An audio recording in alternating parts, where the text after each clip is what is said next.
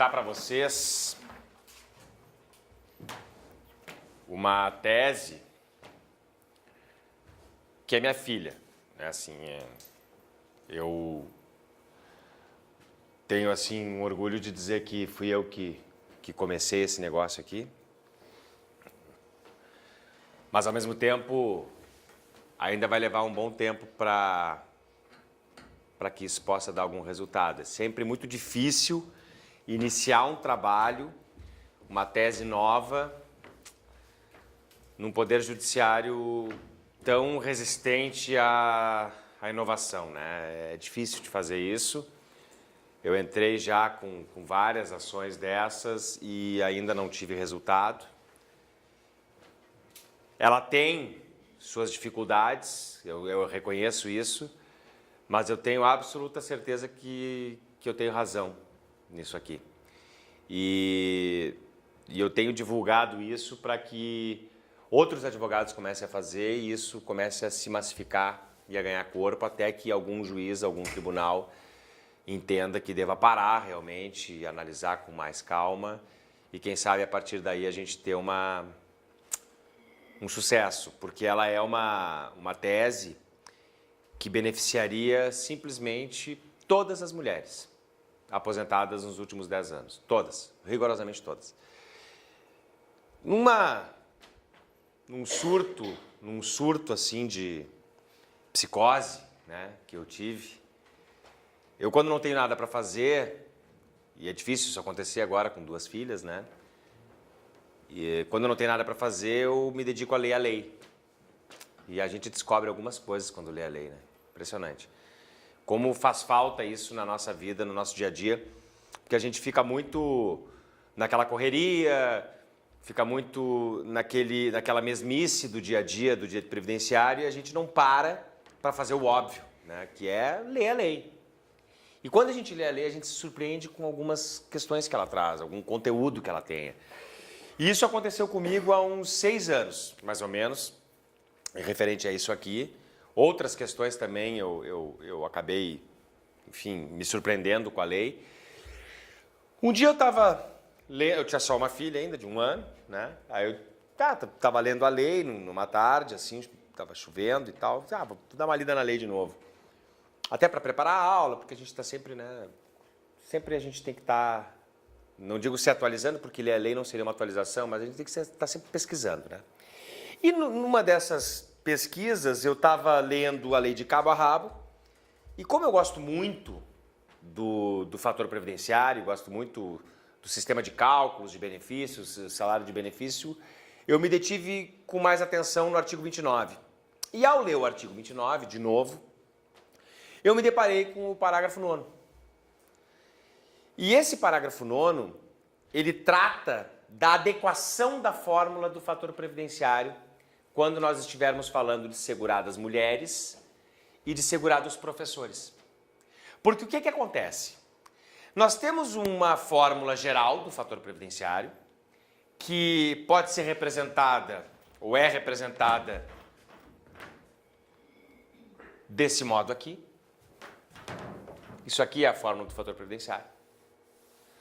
Onde TC é o tempo de contribuição do segurado no momento da aposentadoria, A é o 0,31 e D é a idade dele no momento da aposentadoria. De novo, temos aqui o TC vezes A, dividido por 100, e aqui a expectativa de sobrevida. Então, são aqueles 4 elementos que nós falamos no início lá da nossa conversa. Eu estava lendo o artigo 29, parei no parágrafo 9º. Como eu disse, essa fórmula aqui, ela é uma fórmula geral e esta é uma fórmula criada para um segurado homem. Ela foi feita para homem, ela não foi feita para mulher. Tanto isto é verdade que o artigo 29, no seu parágrafo 9º, determina que quando se estiver tratando de uma segurada mulher que pode se aposentar com menos tempo do que um homem,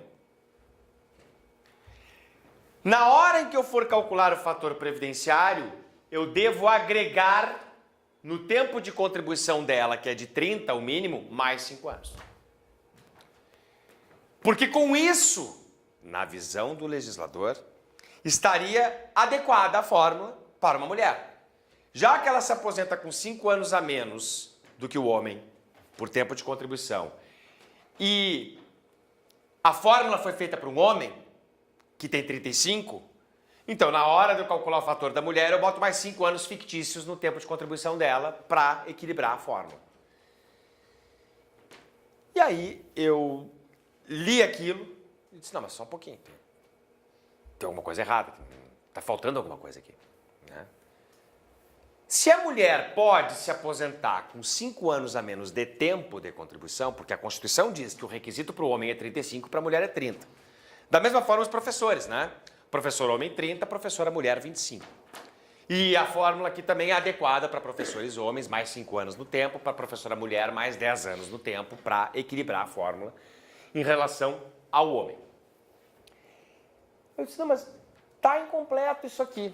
Porque se a mulher, pela Constituição, pode se aposentar 5 anos, com 5 anos a menos de tempo, é óbvio que a Constituição está permitindo, está concluindo, está admitindo que a mulher irá se aposentar mais jovem do que o homem. Porque se ela exige menos tempo da mulher, é óbvio que a mulher, quando se aposentar, na média, vai ter menos idade do que um homem quando for se aposentar. Me parece muito óbvio isso, né? E na hora que eu li isso, eu disse, não, mas tudo bem, isso aqui está na lei, mas obviamente a fórmula vai adequar isso. Obviamente que a fórmula vai ter que também gerar uma diferença para a mulher aqui, né? E, consequentemente, vai cair esse número aqui. Porque ele vai ter que colocar na fórmula 5 anos fictícios na idade da mulher. Porque senão vai dar problema. Porque quando eu passei pelo artigo 29, eu pensei da seguinte forma. Quando é que o fator previdenciário, porque não existia a fórmula 85-95, quando é que o fator previdenciário ele se neutraliza, pensando num homem?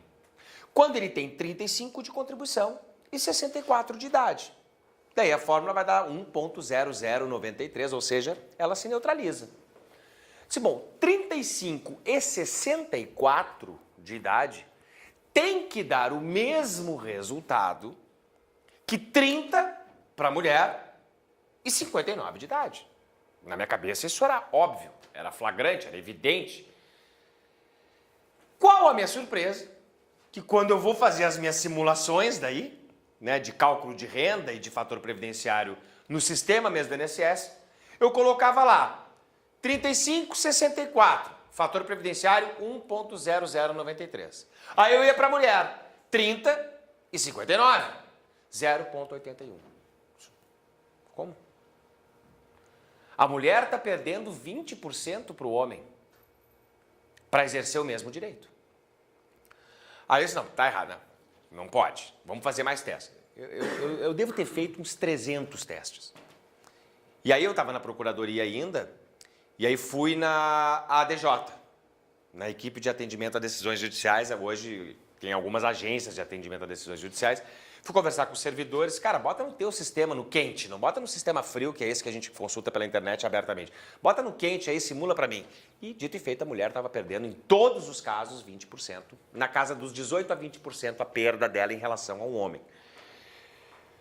E aí eu comecei a construir na minha cabeça isso e tentei desenvolver isso naquele momento. Claro que eu não tinha muito interesse em desenvolver isso profissionalmente, porque afinal de contas eu fazia a defesa do INSS, não ia querer uma enxurrada de ações contra para fazer a defesa. Mas até para fins de docência eu queria desenvolver bem aquilo ali. E até para eu compreender melhor, né, o sistema de cálculos.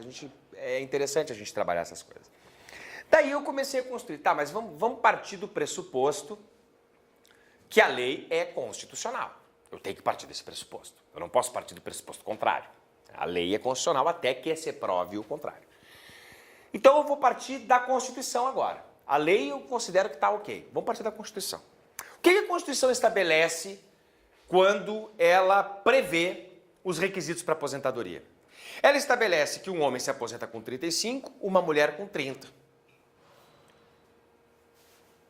Aí a gente vai para aquela premissa anterior, né? Aquela premissa básica, de que todos são iguais perante a lei. Homens e mulheres são iguais perante a lei. A lei pode fazer tratamento desigual entre homens e mulheres? Em princípio, não pode. Mas a Constituição pode. Tanto que faz. Estabelece requisitos diferentes para os dois. A própria Previdência é um exemplo muito forte de que a Constituição pode, ela, estabelecer discriminação positiva entre homens e mulheres, estabelecendo uma vantagem para a mulher em relação ao homem no que se refere a requisitos de aposentadoria. A Constituição diz que o serviço militar obrigatório é para o homem, não é para a mulher, ou seja, a Constituição pode. Se a Constituição nada dispusesse, por exemplo, sobre regras de aposentadoria, a lei teria que tratá-los da mesma forma. Não poderia estabelecer distinção para homens e mulheres. Seria inconstitucional. Seria inconstitucional. Claro que nem toda desigualdade no mundo fático, no mundo normativo, ela é inconstitucional só por ser desigual. Vamos pensar num exemplo. Eu quero fazer um filme sobre a Madonna. Provavelmente, quando eu for selecionar os atores, eu não vou selecionar uma atriz negra. Provavelmente não. Porque eu quero fazer um filme sobre a Madonna. Se eu quiser fazer um filme sobre a Whitney Houston, eu vou selecionar uma atriz negra, provavelmente. Se eu quiser fazer um filme sobre Maradona, eu não vou pegar um ator negro para fazer. Mas se eu quiser fazer um filme sobre o Pelé, aí eu vou selecionar. Daí eu digo, seleciona esse ator negro. É inconstitucional essa discussão? Não. Porque o mundo real, o mundo do fato, permite que aquilo ali é razoável. Aquilo ali estaria dentro de um contexto de razoabilidade, uma exigência razoável. Agora, quero selecionar empregado. Só seleciono mulher, só seleciono homem, só seleciono branco, só seleciono negro. Mas aí a gente já começa a entrar numa seara um pouco mais sensível de discriminação. Entendeu? Contratamos brancos. Puxa vida. Contratamos negros. Só um pouquinho. Qual é o fundamento? Por quê? Tem que ter um substrato fático importante, forte, para justificar aquela desigualdade. Aí vamos voltar para o nosso caso. Então, na Constituição, a Constituição permite, ela trata desigualmente a mulher, favoravelmente. Uma discriminação dita positiva em favor da mulher. Tá bem. Mas tem na própria Constituição, no artigo 5º, homens e mulheres são iguais perante a lei. Tá bem. Então a Constituição garante à mulher uma vantagem, que é se aposentar mais cedo, mas não admite que a lei trate homens e mulheres desigualmente. Isso toda é a construção que demorou semanas, meses, enfim, muito tempo para eu ir trabalhando isso. Então, qual foi a minha conclusão naquele momento? E depois, claro, fui pesquisar, doutrina, enfim, jurisprudência não existia sobre essa questão específica. Doutrina. Qual foi a minha conclusão? O limite da discriminação está no texto da Constituição. Qual é o limite da discriminação? Requisitos diferenciados para aposentadoria. Ponto. Esses requisitos diferenciados não podem gerar novas discriminações. Não podem fazer com que a mulher tenha uma outra vantagem ou uma desvantagem em razão daquele direito que a Constituição assegura. Não poderia, por exemplo, a lei dizer que fator previdenciário só se aplica para homem. Vocês entendem? Mas também não pode dizer que o fator previdenciário só se aplica para mulher. Porque aí o limite seria vedado, ou isso estaria vedado pela Constituição, que diz que a lei tem que tratar igualmente. Então qual é o limite aqui da desigualdade? 35 e 30. 35 e 30. Mas aí eu não me convenci plenamente. Aí eu fui pensar em outras hipóteses de regras de aposentadorias. Me deparei com a aposentadoria por idade. 65 para homem, 60 para mulher. A Constituição prevê. A Constituição prevê. E ainda prevê menos 5 anos para rurais. 65 e 60. Vamos para o caso concreto, vamos para a prática. Uma mulher que se aposenta com 60, porque a Constituição autoriza. E um homem que se aposenta com 65. Se ambos têm 15 anos de contribuição, que é a carência necessária. Se ambos contribuíram pelo mesmo valor, terão rigorosamente o mesmo valor de aposentadoria. E a mulher continuou se aposentando antes. Não há desigualdade material agora, no mundo real, e tampouco formal, no mundo da norma, para homens que se aposentam com 65 e mulheres com 60. O direito deles é igual, no caso concreto. Aí eu disse, opa, temos um exemplo. Aquela desigualdade que a Constituição admitiu, na aposentadoria por idade, é mantida pela legislação. Não há discriminação prejudicial à mulher. Não há. Eles vão ter a mesma renda. A mesma renda que eu digo, proporcionalmente ao que se contribuiu. Mas não vai haver uma mulher, a mulher vai ganhar 10% a menos. Não. Porque não tem o fator previdenciário obrigatoriamente na aposentadoria por idade. Não vai sofrer. E ela vai continuar se aposentando mais cedo. Tá aqui, ó. Um exemplo tá aqui no próprio regime geral. Mas não, vamos fazer o seguinte, vamos lá para o regime próprio, então. Que é a previdência pública, dos servidores públicos, que tem outros requisitos para aposentadoria. Lá no regime próprio, o homem, para se aposentar, tem que ter 35 de contribuição e 60 de idade. E a mulher, 30 anos de contribuição e 55 anos de idade. Aí já começa a ficar mais bonito ainda, né? Porque aí, se eu somar tempo e idade dos dois, a diferença dá 10 anos. Enquanto que pela fórmula do fator, eles só se igualam de fato se a diferença for de 5 anos. Por que eu estou dizendo isso? Porque a mulher, para ter o mesmo direito do homem, vai ter que ter 30 anos de contribuição e os mesmos R$64 de idade. 64 não fictícios, reais. Então, na verdade, é 30,64 contra 35,64. A diferença é 5. No regime próprio, é 35,60, 30,55. 95,85. A diferença é 10. Opa, temos mais uma questão aqui. A mulher no regime próprio vale-se tanto do tempo de contribuição reduzido quanto da idade reduzida. Porque seria negar-lhe o direito, e o Constituinte previu isso, seria negar-lhe o direito a uma aposentadoria antecipada se exigisse dela os mesmos 60 anos do homem. Sim, porque imagine se a mulher entrasse no serviço público aos 25 anos de idade e o homem igualmente aos 25 anos de idade. Os dois entraram juntos. O homem vai atingir seus 35 anos de contribuição aos 60 de idade, vai poder se aposentar. Se a regra fosse de idade a mesma para a mulher, ela chegaria aos seus 30 anos de contribuição com 55, mas não poderia se aposentar. Ela teria que ter a mesma idade do homem, 60. Daria um problema ali. A Constituição até poderia fazer isso, mas seria um equívoco matemático. Então, o regime próprio já também me traz um outro exemplo de que há um distanciamento da mulher para o homem para ter o mesmo direito, para ter a mesma vantagem, com a idade também reduzida. Então, busquei todos esses exemplos. Bom, não vou mexer nisso agora, vou só escrever isso para mim, para deixar aqui. E nunca imaginei que eu ia sair da procuradoria. Aquilo ali eu comentava em alguns eventos, algumas palestras, enfim, mas nada muito sério, nada muito forte. No dia que eu saí da procuradoria, foi no dia 3 de fevereiro de 2015, que aí eu sentei na minha cadeira, sentei na minha mesa dentro do escritório, eu disse, bom, é hoje. Naquela primeira semana, eu disse, é hoje que eu vou desenvolver a tese. Peguei um caso concreto de uma cliente que estava aposentada, disse, é contigo que eu vou fazer o teste. E aí eu montei aquela ação. E aí fui procurar, claro, já tinha procurado doutrina e tal, e fui encontrar, estranhamente, no livro Curso de Direito Constitucional do professor Gilmar Mendes, porque eu sabia o que eu ia encontrar de resistência do juiz, o que o juiz ia dizer. O que eu estou pedindo? Olha, eu estou pedindo para que a fórmula seja mantida, para que a fórmula seja constitucional, e eu não estou dizendo que ela não é, eu não quero dizer que ela é inconstitucional, mas para que ela seja constitucional para a mulher, ela tem que ser completada. A lei está incompleta. Eu quero que se dê um texto novo na lei, um texto a mais na lei que ela não tem. E eu sabia que isso ia ter uma resistência absurda do Poder Judiciário.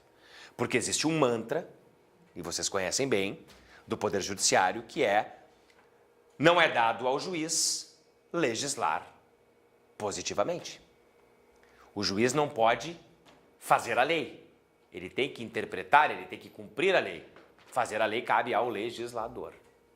Eu sabia que eu ia encontrar essa resistência e estou encontrando ela até hoje. 2 anos e meio depois, continuo encontrando. De todos. Muitos gabinetes eu frequentei, conversei, os dizem, cara, tu tem toda a razão. Não tem nenhuma dúvida de que tu está certo. Mas eu não sei como é que eu vou resolver isso no caso concreto. Porque eu tenho o problema de fazer a lei no caso concreto. Eu não posso fazer. Eu não posso fazer a lei, eu não posso dar texto para a lei. E eu fui encontrar no livro do professor Gilmar, lá pelas tantas, quando ele fala no controle de constitucionalidade, ele entra na interpretação conforme a Constituição, que é dar uma interpretação à lei que seja conforme a Constituição e qualquer interpretação diversa seria inconstitucional. A lei só é constitucional naquela interpretação. Fui buscando e cheguei lá num determinado subitem do livro do professor Gilmar, em que ele trabalha com uma questão que os italianos trabalham muito, que é a decisão manipulativa com efeitos aditivos. Um nome espetacular. Decisão manipulativa com efeitos aditivos. Que consiste justamente nisso. Salva-se a lei do ponto de vista da sua compatibilidade com a Constituição, desde que se dê um conteúdo a ela que ela não tem originalmente. E sem este conteúdo ela é inconstitucional. Sem esse conteúdo ela é inconstitucional. Só vai ser constitucional se aquele conteúdo for adicionado a ela. Por isso, decisões manipulativas com efeitos aditivos. Montei a inicial. E eu provo, de fato, eu acho que eu consigo fazer isso, que há um problema muito sério. Aqui está o parágrafo 9º, para vocês não ficarem sem ele. Para efeito de aplicação do fator previdenciário, ao tempo de contribuição do segurado serão adicionados 5 anos quando se tratar de mulher. Ao tempo de contribuição. O que eu defendo? Ao tempo de contribuição e à idade serão adicionados 5 anos quando se tratar de mulher. Porque quando eu mexo no tempo e mexo na idade, eu volto para a fórmula aqui. Quando eu mexo aqui, eu boto 5 anos a mais, automaticamente esse número aqui cai. Porque a expectativa de vida da mulher aos 59 é X. Mas se eu considerá-la com 64, e devo fazer assim para se igualar ao homem, vai ser outra expectativa de sobrevida. Então tu mexe nessas duas grandezas aqui. Aí, claro, ainda o parágrafo não evolui. 5 anos quando se tratar de professor e 10 anos quando se tratar de professora. Mas, de novo, vai dar um problema. Se não adequar na idade, não adianta nada. A professora mulher vai perder 40%. Ela perde, por fator previdenciário, 40% em relação ao homem, para exercer o mesmo direito que a Constituição garantiu. Porque a Constituição garante, tu vai te aposentar, mulher. Com 25, professora. Um homem 35, mas tu vai com 25. E aí acabou o limite da desigualdade. Agora vamos para a lei tem que tratar igualmente. Qualquer direito exercido naquelas condições da Constituição tem que dar o mesmo resultado. E é isso que não está acontecendo. E aí eu vou construindo a inicial e chego aqui. Neste problema. Eu até faço uma tabela comparativa, né, das duas situações. Eu trabalho isso na petição como a prova do tratamento desigual. Data de nascimento do homem, 19 de fevereiro de 51, porque isso foi feita, a petição foi feita em 19 de fevereiro e eu estava naquele dia. Data de nascimento da mulher, 19 de fevereiro de 56. 5 anos depois ela nasceu. Início da atividade profissional, o homem, 19 de fevereiro de 1980. Isso era 19 de fevereiro de 2015 quando eu fiz. Início da atividade da mulher, 19 de fevereiro de 85. Idade na data de início das contribuições. Ambos começaram com 29 anos. Rigorosamente a mesma situação. Ambos começaram. Vocês estão conseguindo enxergar daí ou está muito ruim? Se eu consigo aumentar isso aqui. Espera aí. Eu acho que eu não vou conseguir aumentar isso aqui. Tem como aumentar isso, tu acha? Difícil. Tá, mas eu tô lendo para vocês aqui, depois vocês vão ter esse material, tá? Data em que completa o homem os 35 anos de contribuição, 19 de fevereiro de 2015. Data em que a mulher completa os 30 anos de contribuição, 19 de fevereiro de 2015. Ela nasceu 5 anos depois, começaram com 29 anos. Ele começou 5 anos antes, por óbvio. Por óbvio, nasceu 5 anos antes. Mas ambos começaram com 29 anos. Idade no ano em que completa os 35 anos de contribuição, o homem, 64. A mulher, 59. Média dos salários de contribuição, 3.449 para ele, 3.449 para ela. Mesma média de salários. Aí, fator previdenciário do homem, 1.0093. Por quê? Considerados os 35 anos de contribuição, expectativa de sobrevida de 18,6 anos, idade 64 anos. Alíquota fixa 0,31. Salário de benefício, média versus fator, deu 3.481. Praticamente igual à média dele. Deu um pouquinho mais porque ele teve esse positivo aqui. Mulher na mesma situação. Média dos salários 3.449. Fator previdenciário 0,81. Por quê? Tempo de contribuição em anos 30, mais os 5 que a lei manda dar. 35. Expectativa de sobrevida, 22,6. Por quê? Porque a idade dela é 59 na fórmula. Olha como aumenta o número da expectativa de vida. O homem tinha 18. Por quê? Porque a idade era 64. A mulher tem 22. Por quê? Porque a idade é 59. Claro que essa é a expectativa real da mulher. Eu não estou discutindo. E essa é a expectativa real do homem. Salário de benefício, média versus fator previdenciário, 2.813 contra 3.481. A média dela era 3.449, mas ela ficou com uma renda de 2.813. A média dele era 3.449, ele ficou com uma renda de 3.481.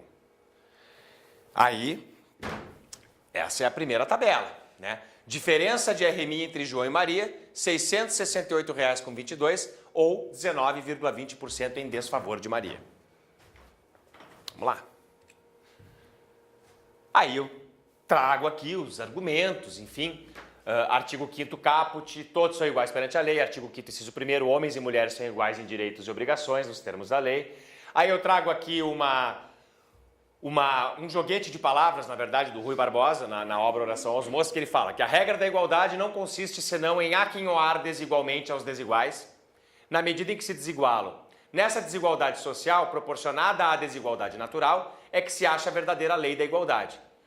O mais são desvarios da inveja, do orgulho ou da loucura. Tratar com desigualdade a iguais ou a desiguais com igualdade seria desigualdade flagrante e não igualdade real. É quase um jogo de palavras para dizer o seguinte: eu só posso dar tratamento desigual para situações desiguais.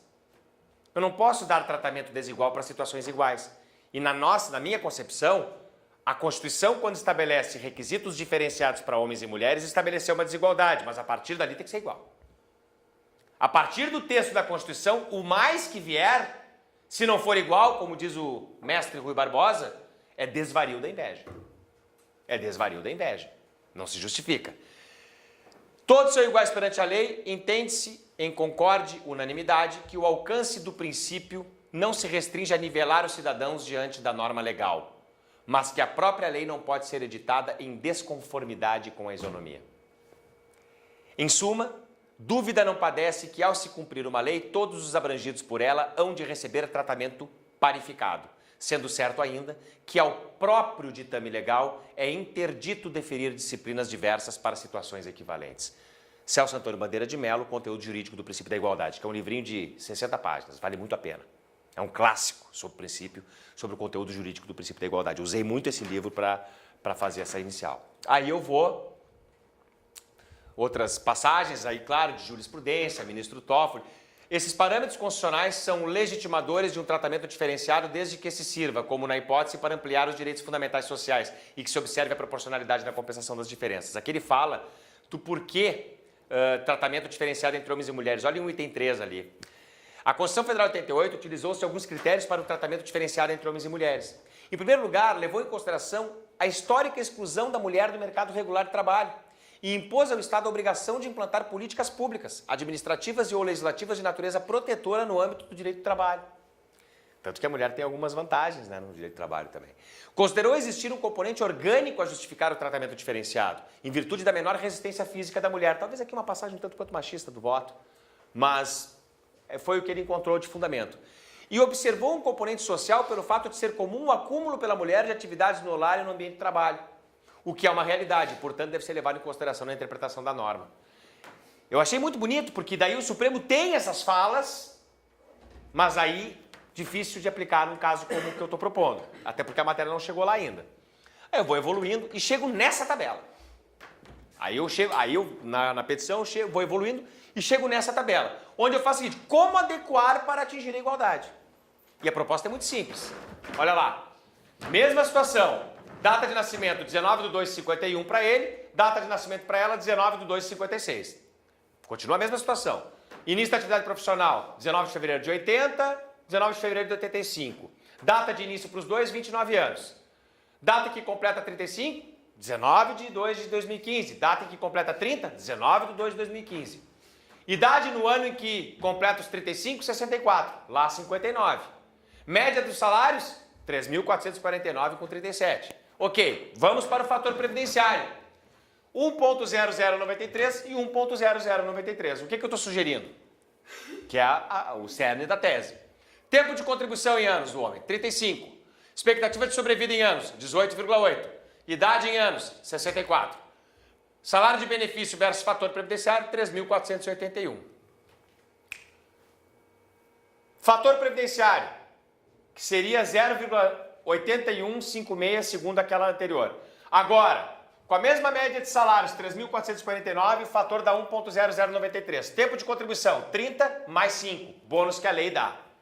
Expectativa de sobrevida em anos, 18,8. Por quê? Porque eu mexi na idade. Trouxe para cá 59 mais 5, bônus que eu estou pedindo. Aí chega a 64. Com isso, salário de benefício versus fator previdenciário, ou vezes fator previdenciário, 341,82. É exatamente a mesma coisa. Se tu jogar no sistema, vai dar a mesma coisa. Tu quer provar que a tese está certa, tu vai no sistema e antecipa 5 anos a idade da mulher. Ela vai ter o mesmo fator previdenciário que um homem teria nascendo na mesma data. É isso que vai acontecer. É isso que vai acontecer. E aí, a diferença entre eles passa a ser zero. Passa a ser zero. Então eu consigo consertar a fórmula. Essa expectativa de sobrevida se altera porque altera a idade, ainda que ficticiamente. Ela se altera. E aí eu tenho uma adequação da fórmula do fator previdenciário. Bom, mas aí a gente começa a enfrentar os problemas. Quando eu distribuía as primeiras ações, imediatamente eu distribuía e ia no gabinete conversar com o magistrado. Por que eu ia para o gabinete? Porque eu ia lá para dizer o seguinte, olha, eu não estou pedindo isso, nem aquilo. Porque tinha algumas revisionais que discutiam lá a tábua de mortalidade média, em vez de a tábua de mortalidade para cada sexo individualmente e tal. Eu não quero isso. Eu sei que isso já foi julgado, não quero isso. Eu não quero discutir a expectativa do homem ou da mulher, eu quero discutir especificamente essa questão aqui. Idade na fórmula do fator previdenciário para a mulher, para adequar a fórmula. Ia conversar com os juízes. Conversava, os juízes federais, aliás, são sempre muito receptivos, eles nos recebem com uma cortesia, com uma cordialidade muito maior do que a gente tem enfrentado com os juízes de direito, né? Que às vezes até nem recebem advogados. Eu não sei quem eles recebem, né? Eu não recebo advogados. Bom, vai receber quem, né? Se não recebe advogado, vai receber quem? Mas aí conversava, e os juízes muito atenciosos, legal, nunca tinha ouvido falar, vou ler com atenção. E de fato, eles liam com atenção, mas improcedente. E eu já sabia que isso ia acontecer por um bom tempo. Daí foi o primeiro caso para a turma recursal. E aí eu, vou nos gabinetes também, né? Vou lá falar com os juízes. E aí um desses juízes me olhou bem sério assim e disse, Márcio, mas o que tu está falando não tem como. Eu disse, por quê, excelência?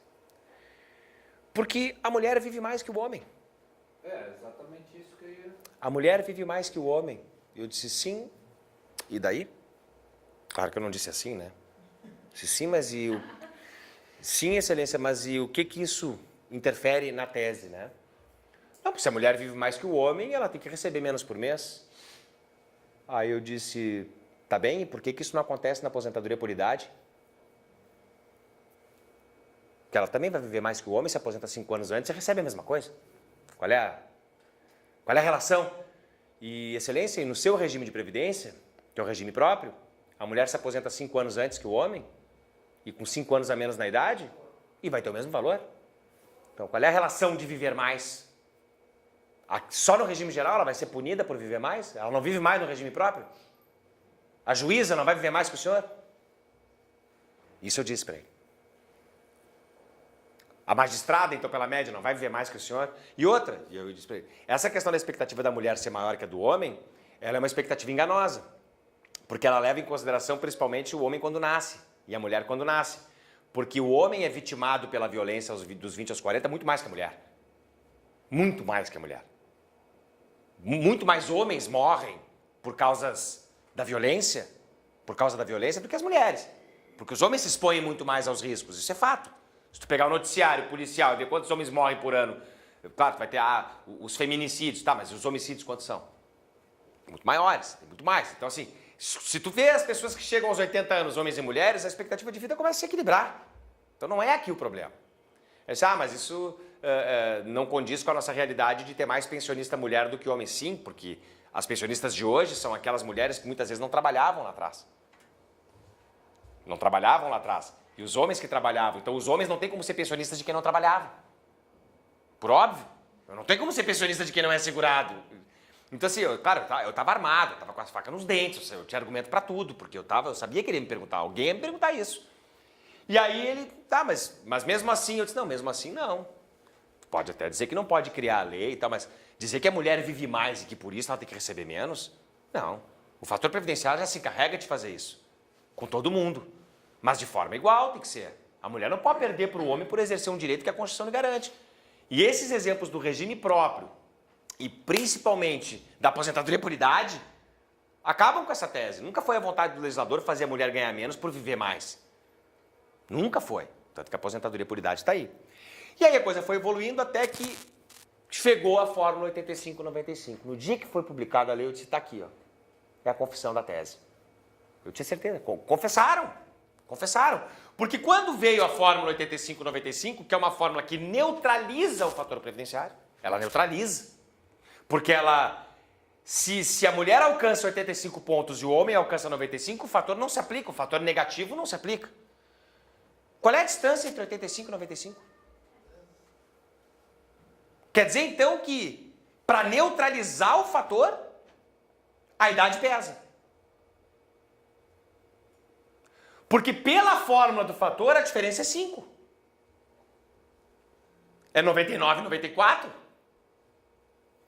Mas, pela lei 3.183, que trouxe a fórmula 85 e 95, é 10 anos. Isso é confissão da tese. Eu fui para a tribuna para dizer isso. Aqui está confessado que eu tenho razão, ou que nós temos razão, que o segurado tem razão.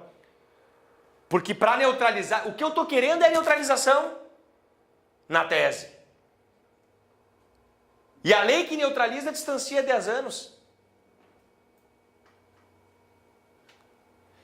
85 pontos nada mais são do que 55 mais 30. E 95 é 60 mais 35.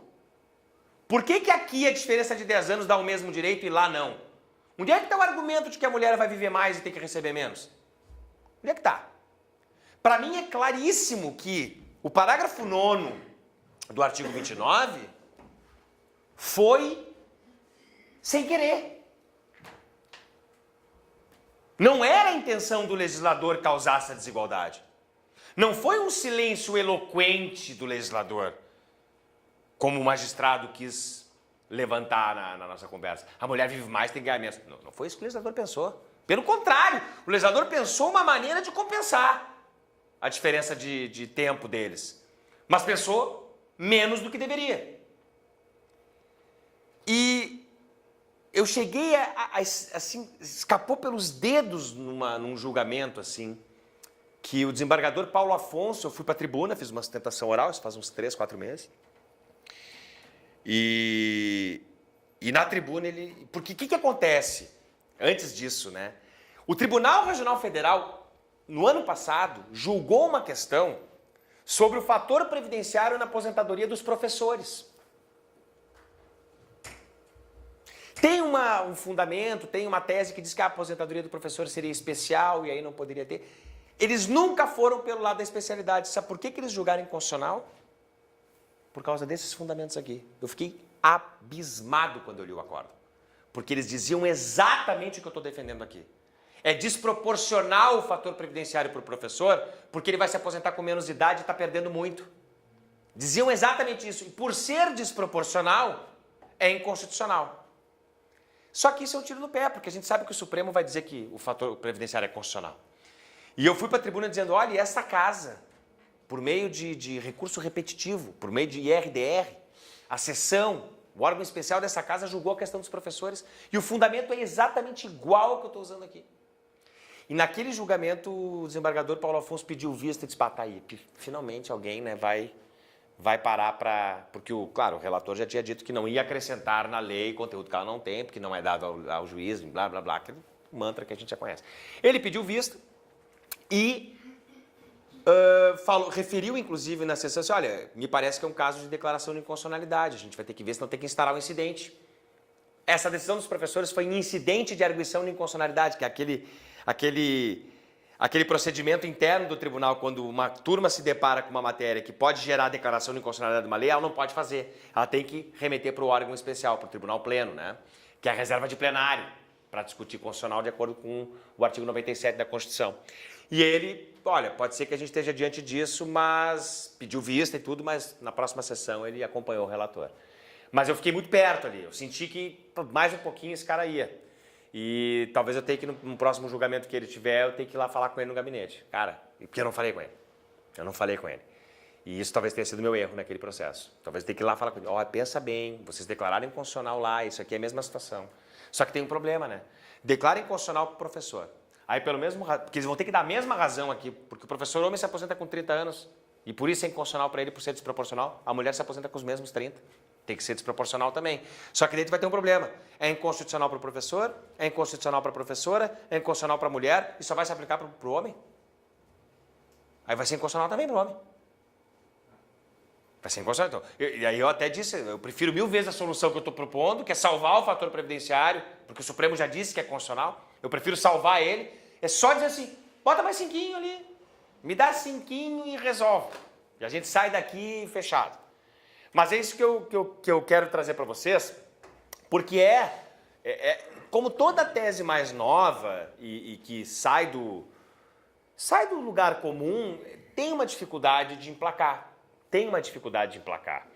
E eu confesso que eu ainda me sinto muito sozinho, porque eu não vi outros advogados fazerem. E eu já divulguei isso às pencas. Às pencas. E os meus processos estão todos lá, é só olhar, querem copiem, né? Querem modelo de inicial, eu dou modelo de inicial. Mas façam. Hã? Mas façam. Façam, porque daqui a pouco encontra um juiz mais progressista no interior do estado, daqui a pouco, que resolve, vou dar esse negócio. Aí tu criou uma sentença, ponto, já tem uma sentença. Aí o INSS não recorreu, transitou em julgado, imagina, transitou em julgado. Aí tu revisou. Aí tu tem um paradigma, tu já tem uma sentença para fundamentar. Daqui a pouco tem uma composição nova nas turmas recursais e esse juiz que está lá hoje, que deu ontem, já disse, não, eu acho que tem que dar. Demora 5, 6, 8 anos, às vezes, para uma tese vingar. Eu não consigo fazer subir esses recursos para o Supremo. Eu estou levantando matéria constitucional e não consigo fazer subir. Não consigo fazer subir, é difícil fazer subir. É difícil fazer subir.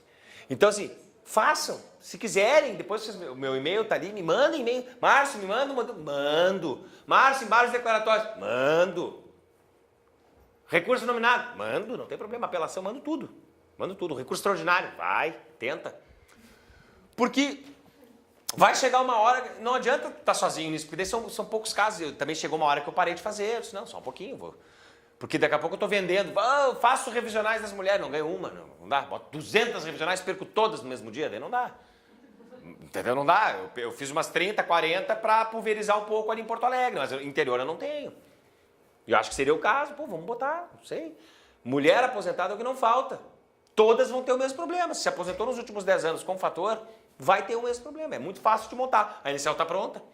É só trocar os dados ali na hora de calcular. Os dados reais dela e aí tu faz a transformação. Então, fica uma dica para tentar, porque eu tô sozinho nessa daí. É difícil.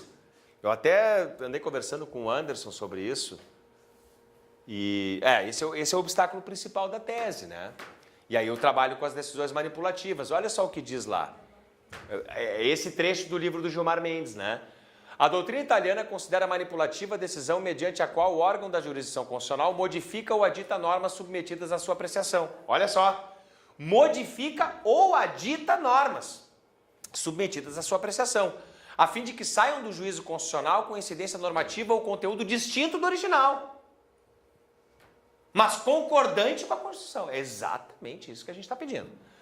O ulterior esforço analítico termina por distinguir as manipulativas de efeitos aditivos das manipulativas de efeitos substitutivos. A primeira espécie, mais comum, verifica-se quando a Corte Constitucional declara inconstitucional certo dispositivo legal, não pelo que expressa, mas pelo que omite, alargando o texto ou seu âmbito de incidência. As manipulativas com efeitos substitutivos, por sua vez, são aquelas em que o juízo constitucional declara inconstitucionalidade de parte em que a lei estabelece determinada disciplina ao invés de outra, substituindo a disciplina advinda do Poder Legislativo por outra, consentânea com o parâmetro constitucional. É exatamente o que a gente está pedindo no processo. E ele defende isso no livro dele. Claro que os caras defendem livro, nem sempre defendem nas decisões. A gente já sabe que é bem, uma coisa é doutrina, outra coisa é jurisprudência e tal. Mas assim, a gente tem tem fundamento, o problema é conseguir fazer vingar. Por isso que eu acho que talvez pulverizar mais. Eu tenho que conversar com os colegas também de fora do estado para tentar em outros lugares, porque daqui a pouco tu consegue um paradigma num outro estado. Uma turma recursal do Tocantins deu. Bom, eu já tenho recurso para TNU. O que eu fiz aqui, gente? Aí eu já tenho recurso para TNU, porque eu tenho uma turma recursal que não dá, uma turma recursal que dá, ou eu tenho um tribunal regional de algum lugar que deu, eu tenho recurso para STJ. Não posso ficar a matéria, porque eu tenho a divergência. Então eu tenho que conseguir buscar fora do estado. Tem que conseguir buscar fora do estado. E tu entra administrativamente? Nem peço. Tem a menor chance. Não tem como, o INSS não tem como te fazer isso. Porque ele vai dizer, não, a lei disse isso. Tem. Nem pede. Esse é o tipo de revisão que tu não precisa pedir administrativamente. Não esbarra no interesse de agir. Não esbarra no interesse de agir.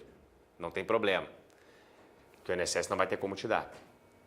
E aí, como eu falo, a confissão legal do acerto da tese, o distanciamento de 10 pontos entre homens e mulheres para atingir igualdade de direitos, enquanto que pela aplicação do fator previdenciário, a igualdade somente é atingida com uma diferença de 5 pontos.